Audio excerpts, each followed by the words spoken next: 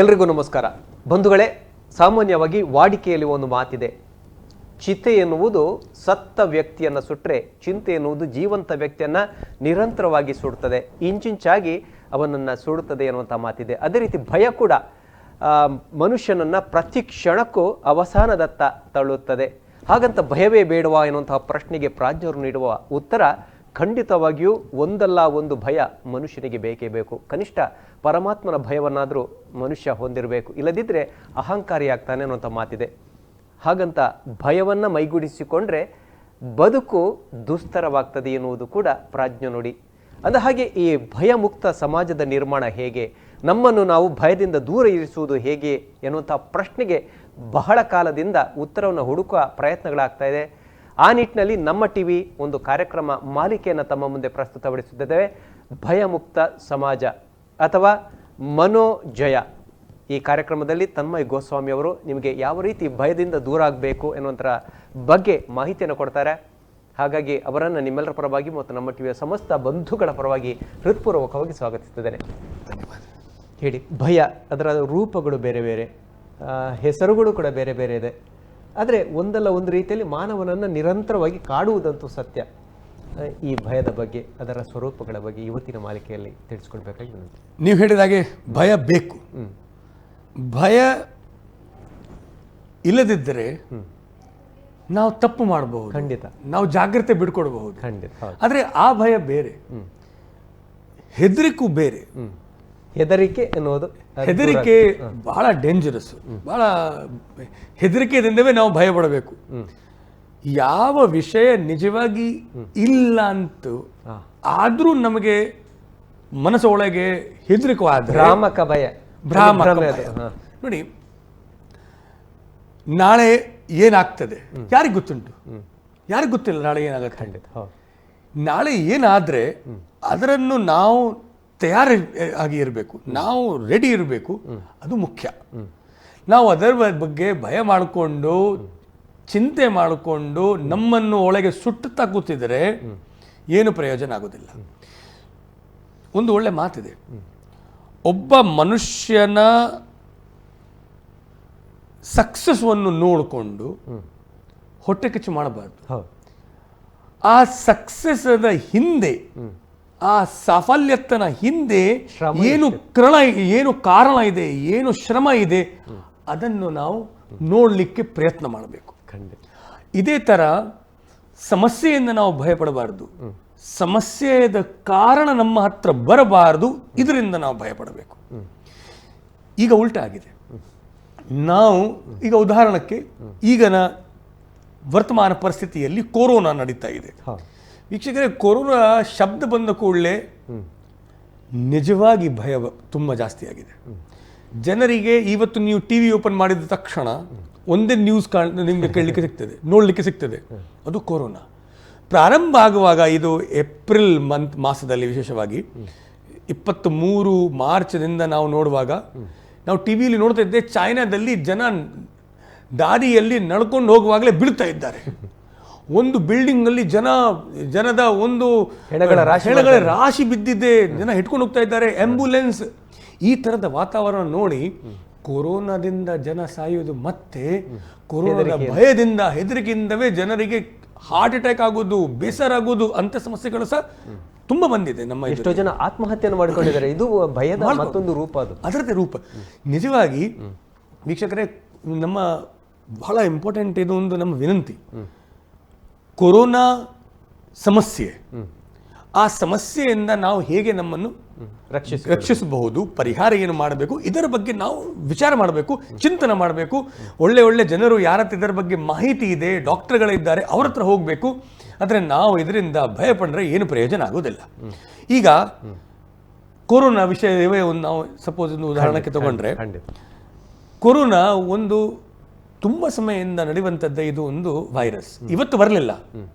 ಈ ಕೊರೋನಾ ಜೀವಾಣು ತೀರಾ ಇತ್ತೀಚೆಗಿನ ಒಂದು ವರದಿಯ ಪ್ರಕಾರ 1 ವರ್ಷದ ಹಿಂದೆಯೇ ಇತ್ತು. ಚರಂಡಿಯ ನೀರನ್ನ ಸಂಶೋಧನೆ ಮಾಡುವಾಗ ಆ ಅಂಶಗಳು ಬೆಳಕಿಗೆ ಹೌದು.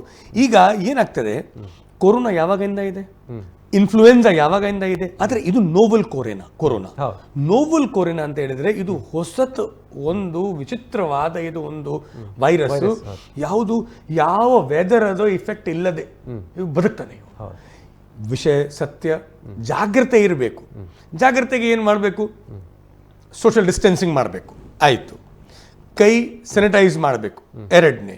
ಮಾಸ್ಕ್ ಹಾಕಿ, ಇದು ಬೇರೆ ಅವರದ್ದು ಏನು ಡ್ರಾಪ್ಲೆಟ್ಸ್ ನಮ್ಮ ಹತ್ರ ಬರಬಾರ್ದು. ಇದು ಒಂದು ವೀಕ್ಷಕರ 3 ವಿಷಯ ನಾವು ಕರೆಕ್ಟಾಗಿ ನೋಡಬೇಕು. ಇದು ನಮ್ಮ ಕೈಯಲ್ಲಿ ಇದೆ, ಇದು ಜವಾಬ್ದಾರಿ. 4ನೇ ವಿಷಯ ಏನು ಮಾಡಬಹುದು? ನಾವು ನಮ್ಮ ಒಳಗಡೆ ಇರುವಂಥದ್ದ ವ್ಯಾಧಿ ಪ್ರತಿರೋಧಕ ಕ್ಷಮತೆ, ಇಮ್ಯೂನ್ ಸಿಸ್ಟಮ್, ಇದನ್ನು ಗಟ್ಟಿ ಮಾಡಬೇಕು.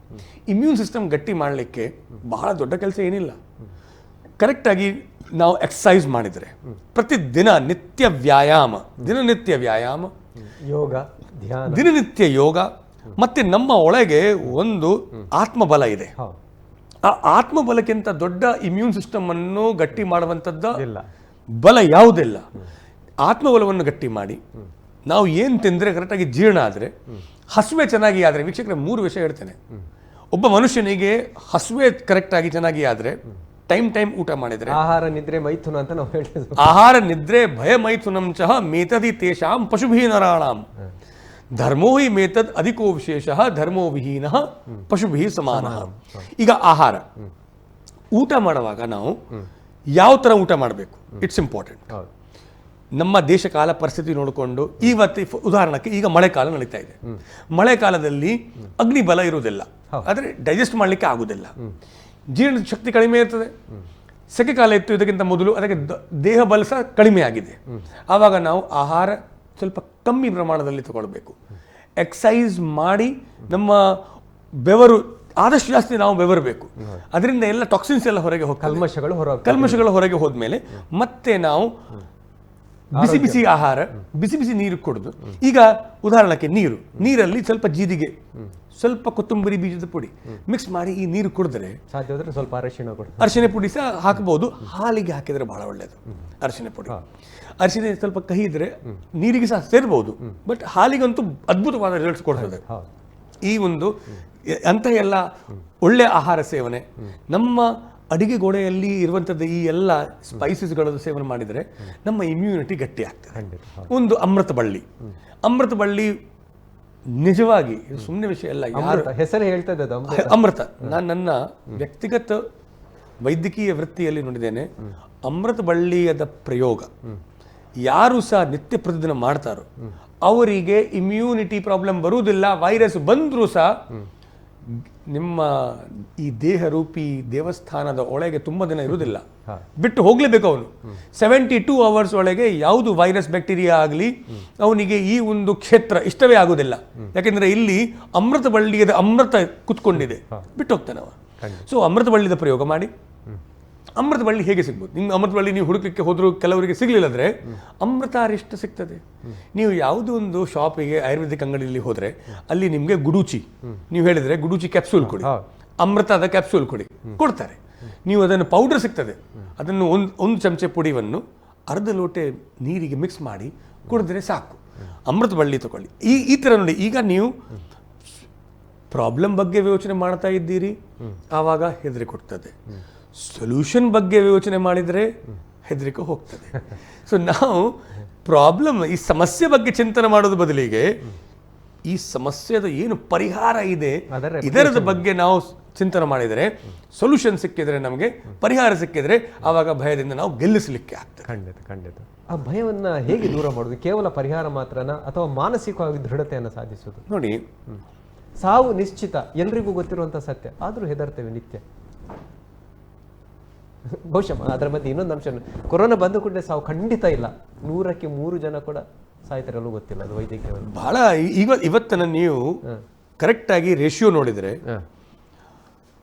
2% ನೋಡಿ, ಏಪ್ರಿಲ್ ಅಲ್ಲಿ 3.4% ಇತ್ತು ಇಂಡಿಯಾದಲ್ಲಿ, ಇವತ್ತು 2%ಗೆ ಬಂದಾಗಿದೆ. ಕೊರೋನಾದಿಂದ ಯಾರು ಸಾಯೋದಿಲ್ಲ. ಈಗ ಯಾರದು ಮನೆ ಫುಲ್ ಜರ್ಜರ್ ಆಗಿದ್ರೆ, ಅದಕ್ಕಿಂತ ಬೇರೆ ಕಾಯಿಲೆಗಳು ತುಂಬಾ ಅಪಾಯಕಾರಿ. ಡೆಂಗ್ಯೂ, ರೋಡ್ ಆಕ್ಸಿಡೆಂಟ್, ಡೆಂಗ್ಯೂ, ಯಾವ ಕಾಯಿಲೆಯಿಂದ ಜನ ಸಾಯ್ಬಹುದು. ಸೊ ಒಂದು ನೀವು ದಯವಿಟ್ಟು ವೀಕ್ಷಕರೇ ಕೊರೋನಾ ಒಟ್ಟಿಗೆ ಸಾವುದು ಭಯ ಮತ್ತೆ ಸಾವನ್ನು ನೀವು ಸೇರಿಸಬೇಡಿ. ಅದರಿಂದ ಮುಕ್ತ ಆಗ್ಬೇಕು, ಆ ಭಯ ಫಸ್ಟ್ ಅದರಿಂದ ಮುಕ್ತ ಆಗಬೇಕು.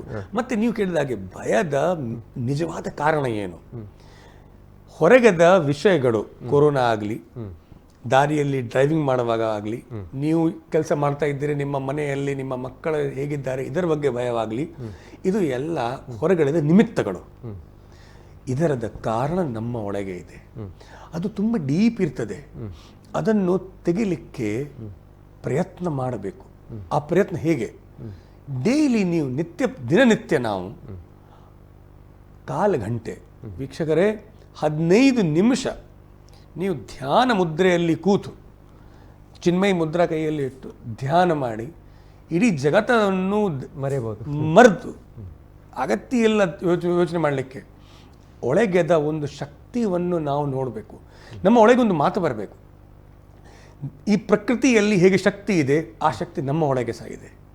ಆತ್ಮಬಲ ರೂಪದಲ್ಲಿ ಇದೆ. ಆತ್ಮದ ಬಲ, ಆ ಆತ್ಮದ ಬಲವನ್ನು ನಾವು ಹೆಚ್ಚು ಮಾಡಿಕೊಂಡ್ರೆ ನಮ್ಮ ಒಳಗದ ಶಕ್ತಿಯನ್ನು ನಮಗೆ ನಮ್ಮ ಮೇಲೆ ವಿಶ್ವಾಸ ಇಲ್ಲದಿದ್ದರೆ ಕಾಯಿಲೆಗೆ ಶಕ್ತಿ ಬಂದೇ ಬರ್ತದೆ. ನೀವು ವೈರಸ್ಸಿಗೆ ಶಕ್ತಿ ಕೊಡಿ, ಇಲ್ಲದ್ರೆ ನೀವು ನಿಮ್ಮನ್ನು ಶಕ್ತಿ ಕೊಡಿ. ನೀವು ಯಾರೊಬ್ಬರಿಗೆ ಶಕ್ತಿ ಕೊಡಬೇಕು. ನೀವು ಸೊಲ್ಲಿದ ತಕ್ಷಣ ವೈರಸ್ಸಿಗೆ ಬಲ ಬರ್ತದೆ. ನೀವು ಒಳಗಿಂದ ನಿಮ್ಮ ಆತ್ಮನಿಗೆ ಬಲ ಇದ್ದರೆ ವೈರಸ್ ಏನು ಮಾಡಬಹುದು? ಆದರೆ ಹಾಗಾದರೆ ಔಷಧಿ ತಗೊಳ್ಬಾರ್ದು. ಔಷಧಿ ಇಲ್ಲ, ಇದಕ್ಕೆ ಒಂದು ವ್ಯಾಕ್ಸಿನೇಷನ್ ಇಲ್ಲ, ಯಾವ ಥರ ಮೆಡಿಸಿನ್ಸ್ ಇಲ್ಲ. ಆದರೆ ಇಮ್ಯೂನ್ ಸಿಸ್ಟಮನ್ನು ಗಟ್ಟಿ ಮಾಡೋದು ಔಷಧಿ ಇದೆ ತಾನೇ. ನಿಮ್ಮ ವ್ಯಾಧಿ ಪ್ರತಿರೋಧಕ ಕ್ಷಮತೆ, ಈ ರೋಗ ನಿರೋಧಕ ಶಕ್ತಿ, ನಮ್ಮ ಆಯುರ್ವೇದಿಕಲ್ಲಿ ಶಬ್ದ ಇದು ವ್ಯಾಧಿ ಪ್ರತಿರೋಧಕ ಕ್ಷಮತ್ವ. ಅದಕ್ಕೆ ಶಬ್ದ ಪ್ರಯೋಗ ಮಾಡಿದ್ದಾರೆ ಆಚಾರ್ಯರು, ವ್ಯಾಧಿ ಕ್ಷಮತ್ವ ಅಂತೆ. ರೋಗ ಪ್ರತಿರೋಧಕ ಶಕ್ತಿಗೋಸ್ಕರ ಅವರು ಹೇಳಿದ್ದಾರೆ ಈ ವ್ಯಾಧಿ ಕ್ಷಮತ್ವ, ವ್ಯಾಧಿಯ ಕ್ಷಮನ ಮಾಡುವಂಥದ್ದು ಈ ಶಕ್ತಿ ನಮ್ಮ ಒಳಗೆ ಇದೆ. ಓಜಸ ಇದೆ. ಈ ಓಜಸದ ಕನೆಕ್ಷನ್ ನಮ್ಮ ಮನಸ್ಸೊಟ್ಟಿಗೆ ಇದೆ. ಯಾರು ಸಹ ಮಾನಸಿಕವಾಗಿ ಆತ್ಮಬಲ ಜಾಸ್ತಿ ಮಾಡ್ಕೊಂಡಿರ್ತಾರೆ ಅವರಿಗೆ ದೇಹದಲ್ಲಿ ಅದ್ಭುತವಾದ ಒಂದು ಎನ್ಸೈಮೆಟಿಕ್ ಸಿಕ್ರಿಷನ್ಸ್ ಆಗ್ತದೆ. ಟೈಮ್ ಟು ಟೈಮ್ ಸಿಕ್ರಿಷನ್ಸ್ ಆಗೋದು, ಟೈಮ್ ಟು ಟೈಮ್ ಒಂದು ಕೆಮಿಕಲ್ ಪವರ್ ಇರ್ತದೆ. ಅವಾಗ ಆಸಿಡ್ಸ್ ಕಡಿಮೆ ಆಗ್ತದೆ. ಆವಾಗ ತನ್ನಷ್ಟಕ್ಕೆ ನಮ್ಮ ಒಳಗೆ ಬಲ ಇರುವಾಗ ಯಾವುದು ಬ್ಯಾಕ್ಟೀರಿಯಾ ಬಂದರೆ ಅವರಿಗೆ ಥ್ರೈವ್ ಆಗಲಿಕ್ಕೆ, ಗ್ರೋ ಆಗಲಿಕ್ಕೆ ಜಾಗ ಸಿಗುವುದಿಲ್ಲ. ಅವ್ರು ಹೇಳ್ತಾರೆ ಇದು ಒಂದು ನಮ್ಮ ಕ್ಷೇತ್ರ ಅಲ್ಲ, ನಾನು ಬೇರೆ ಯಾರಾದ್ರೂ ವೀಕ್ ಮನುಷ್ಯನ ಹುಡುಕೊಂಡು ಹೋಗ್ತಾರೆ. ಅದೇ ರೀತಿ ಮತ್ತೊಂದು ಸಾಮಾನ್ಯವಾಗಿ ಕಾಣುವಂಥ ಭಯ, ಪರೀಕ್ಷೆಯ ಭಯ. ಈಗ ಆ ಸಮಯದಲ್ಲಿದೆ ಬಹುತೇಕ ಕೆಲವರಿಗೆ ಯಾವ ಪರೀಕ್ಷೆ ಆಗ್ತದೆ ಇಲ್ಲವೋ ಗೊತ್ತಿಲ್ಲ. ಆಗುವುದಾದರೆ ಅದನ್ನು ಹೇಗೆ ಎದುರಿಸಬೇಕು? ಸಾಮಾನ್ಯವಾಗಿ ಇದು ಅನುವಾಂಶಿಕ ಸಮಸ್ಯೆ ಆಗಿದೆ. ತಂದೆ ತಾಯಿ ಮಕ್ಕಳ ಒಳಗೆ ಅವರು ಒಂಥರ ಭಯವನ್ನು ಹುಟ್ಟಿಸ್ತಾ ಇದ್ದಾರೆ. 90% ಮಾರ್ಕ್ಸ್ ಆಗಬೇಕು. ನನ್ನ ಮಿತ್ರನ ಮಗಳಿಗೆ 92% ಬಂದಿದೆ, ನಿಮಗೆ 91% ಯಾಕೆ ಬಂತು? ಆವಾಗ ಅವರಿಗೆ ಆ ಒಂದು ಉತ್ಸಾಹವನ್ನು ಕಡಿಮೆ ಮಾಡೋದು ಅದು ತಪ್ಪು. ಅಥವಾ ಹೆಚ್ಚು ಒತ್ತಡವನ್ನು ಹಾಕೋದು, ತೊಂದರೆ ಕೊಡೋದು. ಆವಾಗ ಏನಾಗ್ತದೆ, ಅವನ ಒಳಗೆ ಒಳಗೆದ ಒಂದು ಆತ್ಮವಿಶ್ವಾಸ, ಸೆಲ್ಫ್ ಕಾನ್ಫಿಡೆನ್ಸ್ ಅವರು ಕಳ್ಕೊಡ್ತಾರೆ. ಸೆಲ್ಫ್ ಕಾನ್ಫಿಡೆನ್ಸ್, ಆತ್ಮವಿಶ್ವಾಸ ಕಳ್ಕೊಂಡದ ನಂತರ ಮನುಷ್ಯದ ಒಳಗೆಯಿಂದ ಒಂದು ಭಯದ ಸೃಷ್ಟಿ ಆಗತ್ತೆ. ಈ ಭಯದ ಸೃಷ್ಟಿ ಆದ ತಕ್ಷಣ ಈಗ ಸ್ಟಿಮ್ಯುಲೇಷನ್ ಯಾವುದು ವಿಷಯದಲ್ಲಿ ಆಗ್ಬೋದು. ಎಕ್ಸಾಮಿಗೆ ಹೋಗುವಾಗ ಅವನು ಎಕ್ಸಾಮಲ್ಲಿ ನಾನು ಪರ್ಫಾರ್ಮ್ ಮಾಡಬೇಕು ಈ ವಿಷಯ ಬಗ್ಗೆ ಚಿಂತನೆ ಮಾಡೋದಕ್ಕಿಂತ ಅವನ ಚಿಂತನೆ ಶುರುವಾಗೋದು ರಿಸಲ್ಟ್ ಬಗ್ಗೆ. ನನಗೆ ಮಾರ್ಕ್ಸ್ ಕಡಿಮೆ ಆದರೆ ತಂದೆ ತಾಯಿ ಬೈತಾರೆ, ಮಾರ್ಕ್ಸ್ ಕಡಿಮೆ ಆದರೆ ನನಗೆ ಅಡ್ಮಿಷನ್ ಸಿಗುವುದಿಲ್ಲ, ಮಾರ್ಕ್ಸ್ ಕಡಿಮೆ ಆದರೆ ಜನರು ಏನು ಹೇಳ್ತಾರೆ, ಈ ತರಹದ ಚಿಂತನೆ ಪ್ರಾರಂಭ ಆದ ತಕ್ಷಣ ಪರ್ಫಾರ್ಮೆನ್ಸ್ ಹಾಳಾಗ್ತದೆ. ಭಯ ಹುಟ್ಟಿದ ತಕ್ಷಣ ನೋಡಿ, ಭಯ ಒಂದು ದೊಡ್ಡ ಬ್ರೇಕ್. ಆಕ್ಚುಲಿ ಇದೆಲ್ಲ ಜೀವನದ ಉಪ್ಪು ಖಾರ ಹುಳಿ ಇದ್ದಾಗೆ. ನಮಗೆ ಪದಾರ್ಥದಲ್ಲಿ ರುಚಿ ಬೇಕಿದ್ರೆ ಸ್ವಲ್ಪ ಖಾರ ಬೇಕು, ಸ್ವಲ್ಪ ಉಪ್ಪು ಬೇಕು, ಸ್ವಲ್ಪ ಸಿಹಿ ಬೇಕು. ಇದೇ ತರ ಈ ಭಯ, ಈ ನಮ್ಮ ಲೋಭಗಳು, ಮೋಹಗಳು, ಇದು ಎಲ್ಲ ಉಪ್ಪು ಖಾರ ಹಾಗೆ ನಮ್ಮ ಸ್ಪೈಸಸ್. ಆಕ್ಚುಲಿ ಇದರ ಪ್ರಯೋಗ ಸ್ವಲ್ಪ ಪ್ರಮಾಣದಲ್ಲಿ ಇದ್ರೆ ಬಹಳ ಒಳ್ಳೆಯದು. ಜಾಸ್ತಿ ಆದ ತಕ್ಷಣ ಉಪ್ಪು ಸ್ವಲ್ಪ ಇದ್ರೆ ರುಚಿಕಾರಕ, ಜಾಸ್ತಿ ಬಿದ್ದರೆ ತಿನ್ಲಿಕ್ಕಾಗಲ್ಲ. ಇದೇ ತರ ನಾವು ಸಹ ನಮ್ಮ ಜೀವನದಲ್ಲಿ ಸ್ವಲ್ಪ ಭಯ ಇದ್ರೆ, ಭಯ ಏನಿರಬೇಕು, ನಾನು ಪರ್ಫಾರ್ಮೆನ್ಸ್ ಮಾಡಲಿಲ್ಲದ್ರೆ ತಪ್ಪಾಗ್ತದೆ, ಈ ಭಯ ಇರಬೇಕು. ಪರ್ಫಾರ್ಮೆನ್ಸ್ ಆದ್ಮೇಲೆ ಏನು ರಿಸಲ್ಟ್, ಇದರ ಬಗ್ಗೆ ಭಯ ಮಾಡಬಾರ್ದು. ಪುನಃ ಭಗವದ್ಗೀತೆಯದು ಮಾತು, ಫಲದ ಅಪೇಕ್ಷೆ ಮಾಡಬೇಡಿ, ಫಲದ ಕೆಲಸ ನನ್ನ ಕೈಯಲ್ಲಿ ಇದೆ.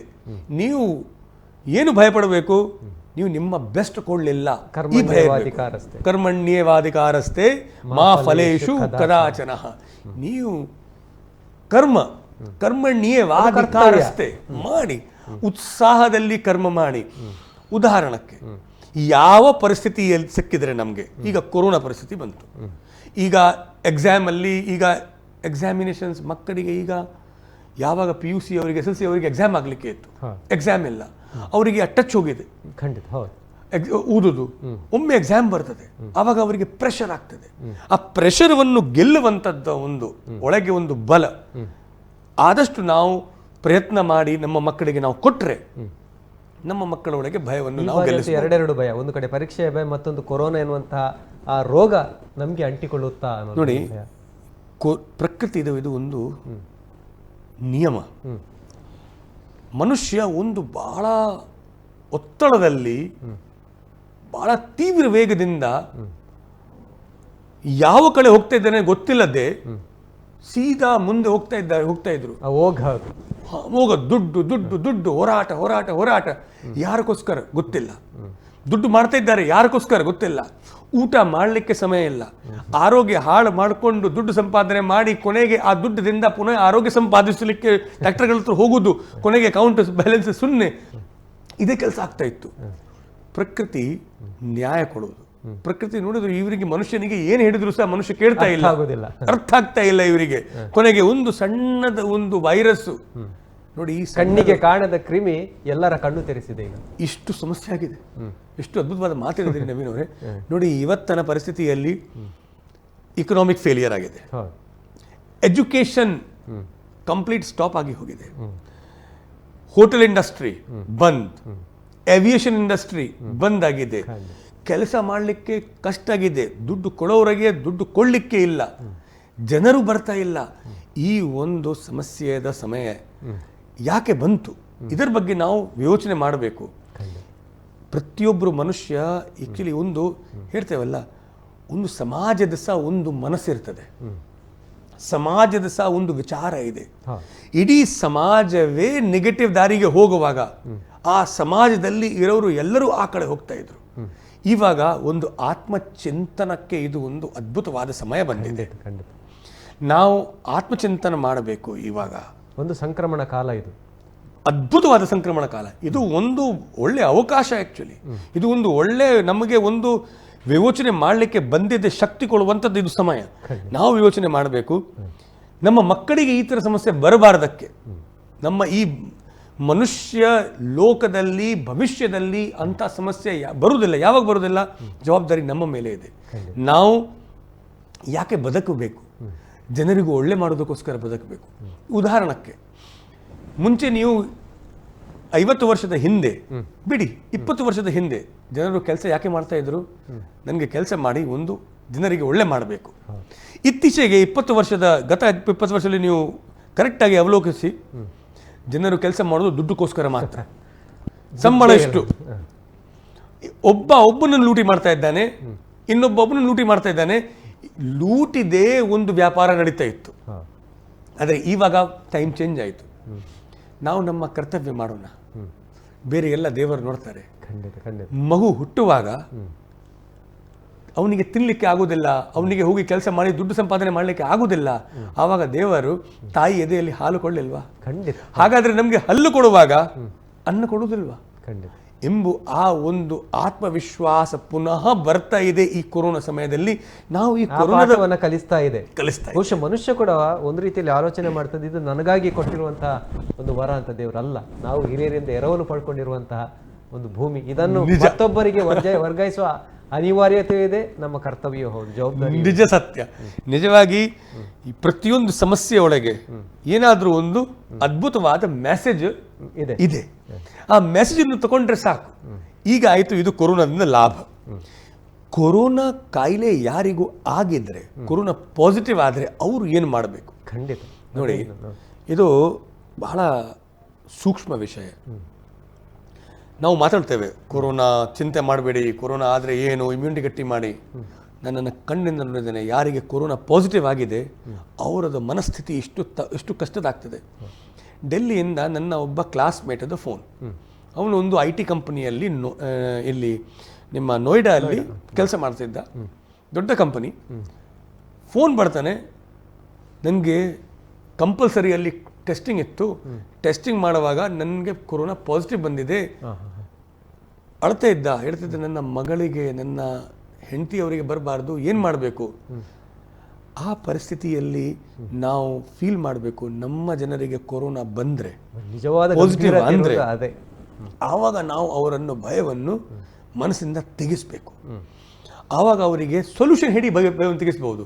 ಮಾತಾಡೋದ್ರೇನು ಪ್ರಯೋಜನ ಇಲ್ಲ. ನೀವು ಇತ್ತೀಚೆಗೆ ನೋಡಿರ್ಬೋದು,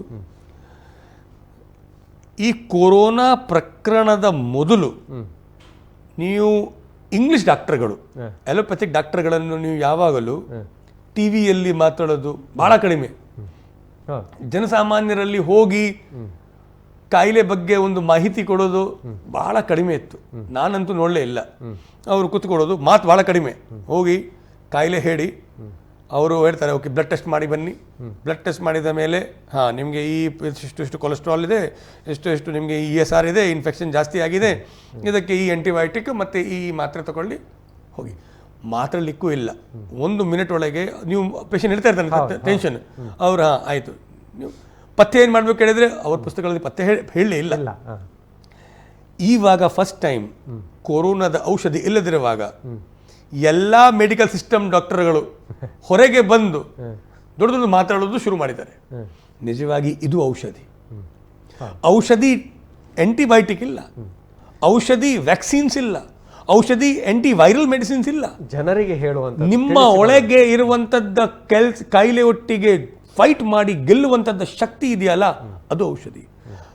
ನೀವು ಒಂದು ಮನುಷ್ಯನಿಗೆ ಬಡತನಲ್ಲಿ ಒಬ್ಬ ಇದ್ದಾನೆ, ನಾನು ಉದಾಹರಣಕ್ಕೆ ಒಂದು ಮಾತಾಡ್ತೇನೆ. ಒಬ್ಬ ಬಡತನಲ್ಲಿ ಇದ್ದಾನೆ, ಅವನಿಗೆ ನೀವು 2 ಥರ ಸಹಾಯ ಮಾಡ್ಬೋದು. ಒಂದು, ಅವನಿಗೆ ನೀವು ದುಡ್ಡು ಕೊಡ್ಬೋದು.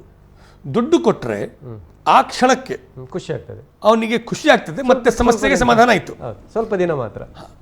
ಆದರೆ ಅವನಿಗೆ ನೀವು ದುಡ್ಡು ಸಂಪಾದನೆ ಮಾಡುವಂಥದ್ದು ವಿದ್ಯೆ ಕೊಟ್ಟರೆ ಯಾವುದು ಒಳ್ಳೆಯದು? ದುಡ್ಡು ಇಲ್ಲ ದುಡ್ಡು ಸಂಪಾದನೆ ವಿದ್ಯೆ ಎರಡನೇ ಆಯ್ಕೆ ಒಳ್ಳೆಯದು. ಇದೇ ಥರ ಒಂದು ಡಾಕ್ಟರ್ದ 2 ರೋಲ್ಸ್ ಇದೆ.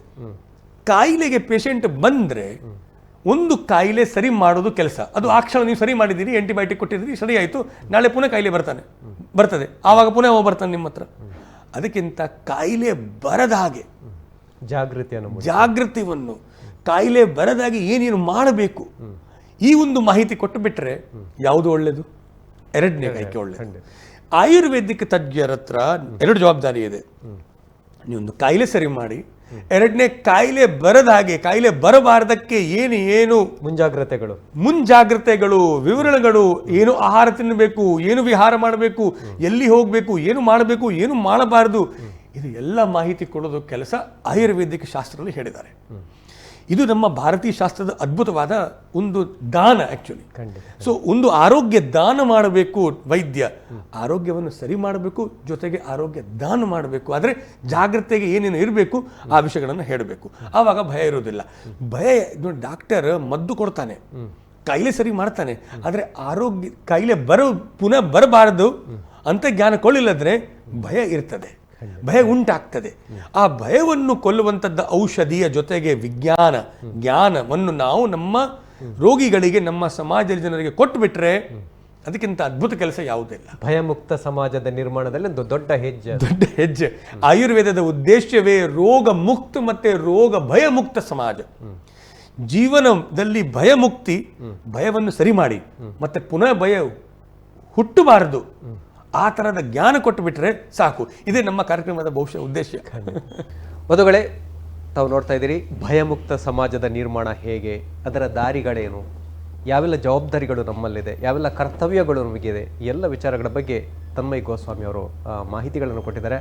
ಅವರಿಗೆ ನಿಮ್ಮೆಲ್ಲರ ಪರವಾಗಿ ಧನ್ಯವಾದಗಳನ್ನು ಸಮರ್ಪಿಸ್ತಾ ಈ ಕಾರ್ಯಕ್ರಮವನ್ನು ವೀಕ್ಷಣೆ ಮಾಡ್ತಾ ಇರುವಂತಹ ತಮಗೂ ಕೂಡ ವಂದನೆಗಳನ್ನು ಸಮರ್ಪಿಸ್ತಾ ಇವತ್ತಿನ ಸಂಚಿಕೆಯಿಂದ ನಿರ್ಗಮಿಸುತ್ತಿದ್ದೇವೆ. ಎಲ್ರಿಗೂ ನಮಸ್ಕಾರ, ಶುಭವಾಗಲಿ.